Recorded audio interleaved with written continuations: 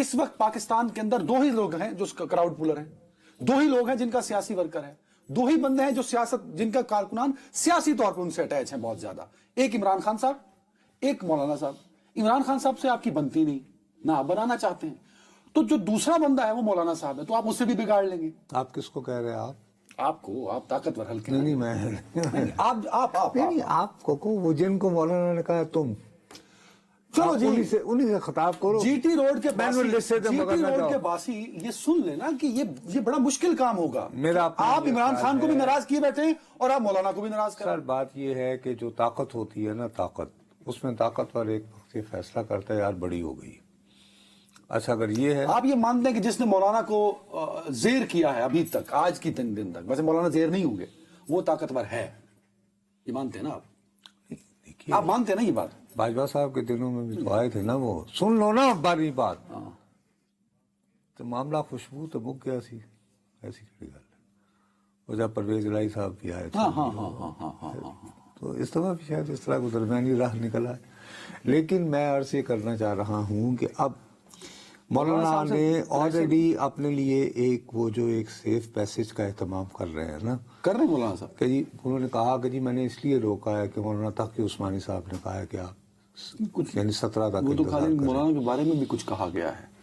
نہیں وہ میں یہ کہہ رہا ہوں کہ لیکن مولانا میرا خیال ہے زیادہ طیش میں اس وجہ سے آئے ہیں کہ وہ یہ سمجھتے ہیں کہ آج کا جو اجلاس ہے وہاں پہ کوئی مفتی عبدالکریم صاحب ہے، میں ان سے آگاہ نہیں ہوں، ان کے ذریعے کچھ ایسے کلمات مولانا کی دانش میں کہلوائے گئے ہیں جس کا مقصد ان کی توہین مقصود تھا، تو وہ کچھ ہیں آپ کے پاس؟ ہاں وہ ہم 3 بجے آ کے کلپ نکلواتے رہتے ہیں تو ہوتا ہے ان کے پاس کلپ، چلائیں جی صاحب کلپ۔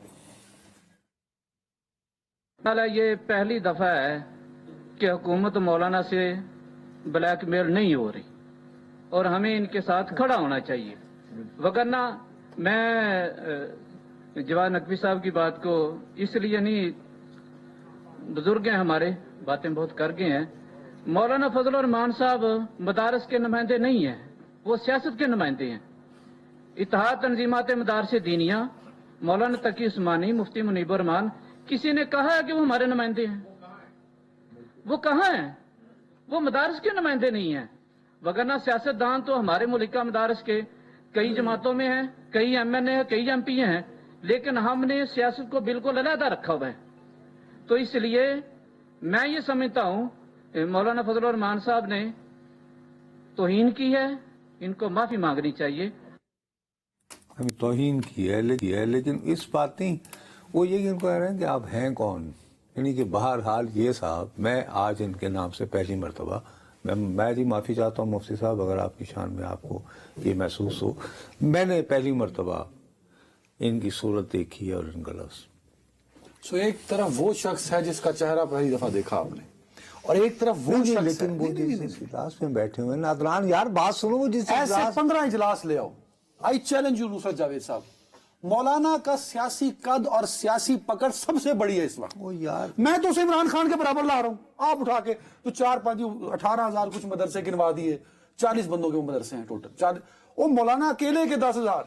اے تحریک انصاف پھر سیاست کی بات ہو رہی ہو، نہیں، اور یار ایک کانسپریسی یہ بھی چھوڑی جا رہی ہے کہ یہ ساری جو ہے یہ ایک نورا کشتی ہے۔ اچھا جی، مقصد اس کا یہ ہے کہ چونکہ جن کو آپ کہہ رہے ہیں کہ سب سے مقبول رہنما ہیں وہ جیل میں ہیں اور ان کو چھوڑنے کا فی الحال کوئی ارادہ بھی نہیں ہے، اور ساتھ میں گیم یہ کھیلی چلی جا رہی ہے کہ آج وہ بشرا بی بی پیش ہوئیں اور ان کی وہ جو ناقابل ضمانت وارنٹ یہ وہ جیسے کہتے ہیں بی بی تسی کہتے سو جلسہ جلوس پہ کٹتے سو تو پیش ہوئے نہیں، تو وہ یہ کہ یہ جان بوجھ کر ان کا قد بڑھایا جا رہا ہے تاکہ یہ نظر آئے کہ جی حکومت نے سارے علماء اکٹھے کر لیے اور مولانا اکیلے ہو گئے، اس کے باوجود ڈٹ گئے۔ ہاں جی ہاں، یہ بھی ایک کانسپریسی تھیوری چل رہی ہے۔